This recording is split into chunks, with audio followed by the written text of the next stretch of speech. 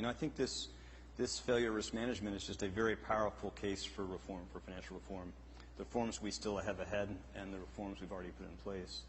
The test of reform is not whether you can prevent banks from making mistakes, errors of judgment, risk management. That's going to happen. It's inevitable. The test of reform should be, do those mistakes put at risk the broader economy, the financial system, or the taxpayer? And the best way to prevent that from happening is to make sure that you force banks to hold more capital against risk, which we've done, to fund themselves more conservatively, to bring down leverage, and to make sure that the rest of the system, financial system, has better cushions against these kind of mistakes.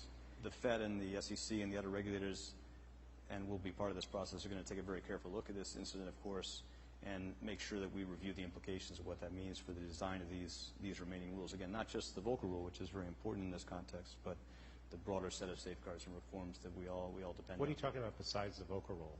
Well, again, you want to look at the full complement of protections, capital, limits on leverage, liquidity requirements so they're less vulnerable to losses of funding, reforms in derivatives markets so that there's more transparency and oversight. You have better capacity to understand and see when you see large positions like this take hold.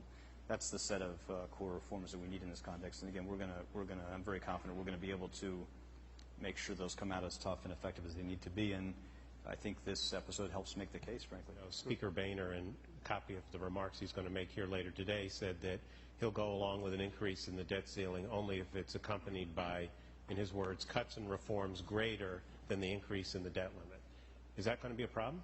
This commitment to protect the creditworthiness of the country is a fundamental commitment you can never call into question or violate. It's the foundation for any market economy.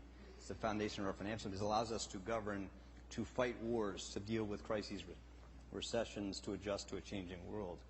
You can't put that into question. You can't put it into doubt. You can't put that at the service or threaten to undermine that in the service of the partisan political agenda of any side of the American political spectrum. Not responsible to do that. Only Congress, of course, can act to raise the debt limit, and we hope they do it this time without the drama and the pain and the damage they caused the country last July.